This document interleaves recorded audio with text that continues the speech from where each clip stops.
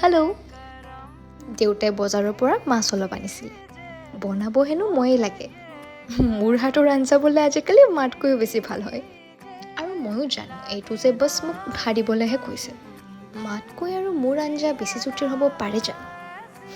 not possible সকলো কথা সামৰি এতিয়া ৰেচিপিত ফ'কাছ কৰোঁ আজিৰ ৰেচিপি মাছৰ কালিয়া প্ৰথমে পিঁয়াজ আৰু বিলাহীখিনিৰ লগত তিয়াই থোৱা মগজ আৰু কাজুখিনি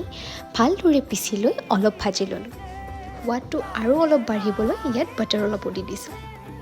ভালদৰে ভাজি লোৱাৰ পাছত ইয়াত পানী এড কৰিছোঁ আৰু লগতে দি দিছোঁ কেঁচা জলকীয়া আৰু ধনিয়া আৰু শেষত ভাজি থোৱা মাছখিনি দি অলপ উতলোৱাৰ পাছত হৈ গ'ল আমাৰ মাছৰ কালিয়া ৰেডি